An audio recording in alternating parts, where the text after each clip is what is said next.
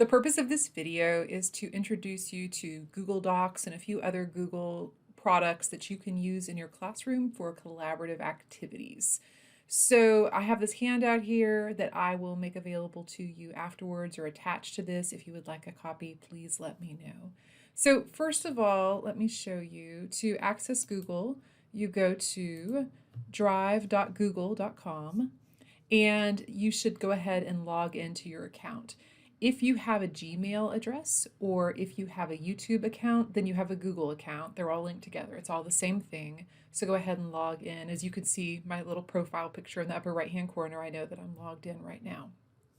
So first of all, to open up a Google Doc, what I need to do is click New, and then just select Google Doc and go from there. Now, if you're not familiar, if you haven't worked with Google Docs yet, but maybe you're familiar with Microsoft Word, it works pretty much the same way. It looks a little bit different, but for the most part, you can type your titles, change your font size, add colors, add tables, all of those things.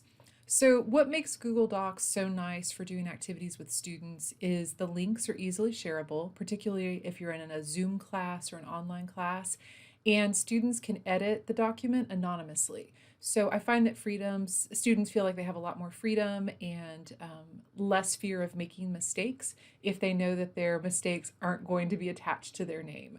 So there's some freedom with that. Let me show you how you can share a document with a student. If I go into the upper right-hand corner here, the little share button, notice it's got a blue lock next to it, and then when I hover over it, it says private to only me. So I need to fix this setting before I share it. So I'm going to click on the share link. I need to give my document a title.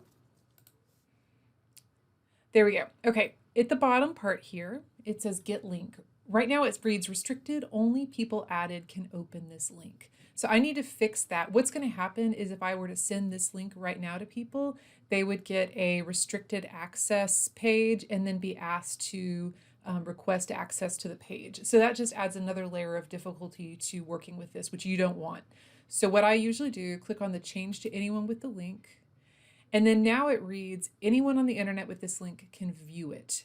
That means that other people, when you share the document, they will be able to see it, but they won't be able to type over the text or change anything. So if it's an assignment description or a syllabus, that might be handy.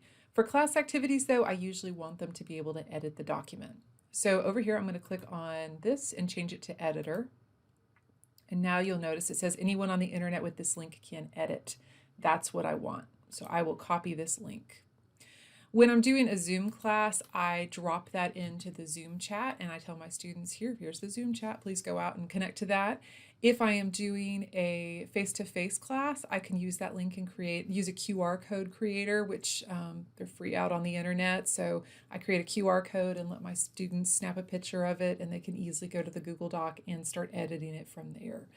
So I wanted to show you a couple of things that I use this for in my classes, and also a shout out to the online writing instruction community on Facebook. A number of people contributed ideas to this that helped me put this together. So the number one thing I use Google Docs for are breakout sessions in Zoom. So I have my Zoom classes, I send them out into breakout groups to do some kind of activity. And whatever instructions I have given them or whatever information maybe they need for it disappears when they go into the breakout rooms. They can't see my screen anymore. So I use Google Docs to put the instructions and then also to have them fill out information. So here's a sample one that I did in a recent class. So what I did is when I put them into the Zoom breakout rooms, I say, okay, you three people, y'all are group 1. And then on page 2, you three people, y'all are group 2, and you three people, y'all are group 3, etc. I like to do it as a single Google Doc because it's easier for me. I don't have to create 3 or 4 separate documents, and I can monitor it all in one place. So usually I instruct my students to go ahead and fill out the document as they work together on it. And that way I can monitor and see their progress and maybe go pop into a room if they're not doing it right or they seem to be stalled out and not making any progress. So it's a good way for me to keep an eye on what they're doing, as well as an easy way to share instructions and have something tangible that then we can go back over when I bring them back to the big group to discuss. That's the number one thing I use it for. Recently, I've started using it for sign-up sheets. So this is, I've deleted the names from it, but this I used for my midterm conferences this fall, which were done on Zoom. And I just gave students the link on our Canvas page and asked them to go out and sign up for a conference time. There's always the danger that somebody could delete somebody else's name or type over somebody else's name, but they don't usually do that. I rarely have issues with that. So it's just, I just put all my time slots in and went from there. I oftentimes, when I have students signing up for, speech dates or presentation days or something like that, I'll also put up a sign up sheet like this and let them sign up for their times. And then again, they can access it easily and share it and find out what else they need to do. Collaborative writing, most of y'all are familiar with this, I'm sure. If you've never done this, it's really cool. But what happens when a bunch of students log into Google Docs anonymously? It shows up as anonymous animals in the upper right-hand corner. You usually don't know which anonymous animal you are until you start typing. But when you have 20 people simultaneously editing a document, it can get a little frustrating because it bumps you around on the page, but it's magical at the same time too to see all of these people at work all doing different things. So like I said, because of the anonymity, because there's not as much fear of making a mistake because their name's not attached to it, I find students are a lot more open. Warm-up activities. Here is another one that I did recently in one of my classes. So at the beginning of class, they were supposed to have their summary statement for their speech that day. So I threw up a Google page and said, all right, put your summary statement in here. And then I could go through and say, all right, here's why this is a strong summary statement. Here's where this one has problems, and just go through and talk about them one at a time, and hopefully the whole class learning from that. But also, people didn't feel like, hopefully, like I was calling them out because their name wasn't attached to it. It was just a summary statement that I was saying, here's how we need to fix this. So as a warm-up activity, that was a nice warm-up activity. I could see you posing a question about a reading that they were supposed to have done or something like that, and that could also help take care of it.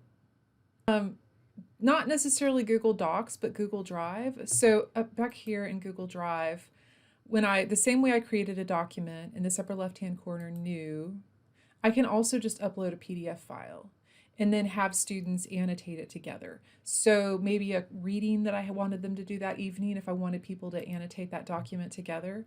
So here's a document that I'm using that I just put a few comments on just so you could see how that looks. But you can also reply to the comment, and you see the whole threaded conversation going on there in the side notes. So like I said, I haven't done that one yet, but I kind of like the idea of it. Another way that you could use a Google Doc would be to create a collaborative research or resource list.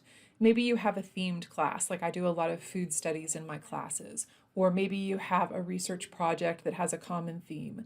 You could have students, as they find sources, to put that MLA or APA citation in the Google Doc.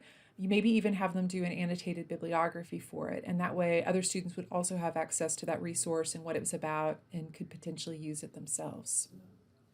Reading questions, I like the idea of this one. One of the OWI members said that particularly when they have a difficult reading assignment, something that's kind of dense, they'll put together a table with questions and then they'll assign different students the question to answer. And it benefits the students in that they can see what other students have answered, how they've answered the question, and they can use those notes. And it also helps the professor to understand what that student's reading comprehension level is and if they're getting out of it what they're supposed to be getting out of it. I skipped this one, but I love this, so let me back up to this. Collaborative lecture notes. The idea behind this one is, I see this working a bunch of different ways, but you could post an outline of your lecture and then have students fill in the details of the lecture as you talk, and then they would have that to reference. One OWI member said that they post a long series of lecture notes. So like, I guess their outline for the semester or for maybe a unit, and that way they can refer back and forth in the list to see what other people have done. Another thing I thought about, if you don't have a lecture outline that you're putting up there, maybe just have a couple of students assign 2 or 3 students as note takers for that class and have them put together some main ideas of the class, and it's good practice, and also you'll see what the students are actually getting out of it. A few things I wanted to show you beyond Google Docs. I already talked about uploading and commenting on PDF files. Google Forms. If you're not familiar with Google Forms, I love Google Forms. So again, here, I click on New. If you don't see it in one of your top things, you can click on More and get to it that way. But Google Forms, let me show you a form that I've done recently. Here's one. This was a faculty survey, not a student survey, but the idea behind this is you just throw together a couple of questions. You can add questions in all kinds of different formats. So see, I just clicked the plus button, multiple choice, short answers, scales, like a grid, where you have a list of things and most likely, unlikely, that kind of thing. So there's a lot of different ways that you can use this. But what's really cool is you'll see up here at the top, and now that I've sent this out, 42 people responded. And so I can really quickly see their responses and see their short answers as well. I can also focus on the individual. Let's see, I'm at 4 of 42. And I can scroll through and look at the different answers that people had. And even better, I can open it in a spreadsheet. So Google Sheets, I throw that open and boom, there's all my data together. So the way I see using this is a couple of things. I use this currently for self and peer evaluations. So if I have them doing an assignment where they're working on peer evaluations, I put the questions in there and they respond to the questions. Exit tickets, really nice too. Make the first question their name. So that's really important. That way you know who did what or who said what on the exit ticket, at least if you're giving a grade for it or you want to use it for attendance. And then throw in whatever question related to the lecture. We've had a lot of conversations in our hallway that students on Zoom classes don't seem to be paying necessarily great attention. And so I really like the idea of using a exit question to hold them accountable for what we were talking about in class that day. So anyway, the last thing I wanted to talk about briefly was just Google Slides. And again, same thing. If I go under New, Google Slides is one of these choices. Google Slides is just like PowerPoint. A bunch of different ways that you can use this. So one of the things I see doing with it is having students setting up my slides in the form of an outline ahead of time. So I put a different topic or a different question on each slide, and then in breakout rooms or breakout groups, assign different groups of students different slides. So, okay, you 3 students, y'all are going to take slides 1 and 2. You 3 students, y'all are going to take slides 2 and 3, and then have them create the content that later in class they present to the rest of the class. So if I put it together in a single Google slideshow like this, everybody can access it, and we could do a screen share and we can all see it. As I said earlier, I can monitor what students are doing and get a feel for if they're done or if they need more time or if they're stuck and don't seem to be filling in much information. So I like it for that. I had students doing some group work in a face-to-face class the other day, and because we're social distancing, I had them create Google Slides set for their group, share it with each other, and then they could collaboratively work on the content without having to scoot their desks close to each other. Somebody in the OWI group said they use this for first day of class introductions, which I love. I love the idea of this. So having your students each create a slide in a single show, where maybe they throw up a profile picture and a little bit about themselves, or maybe family pictures.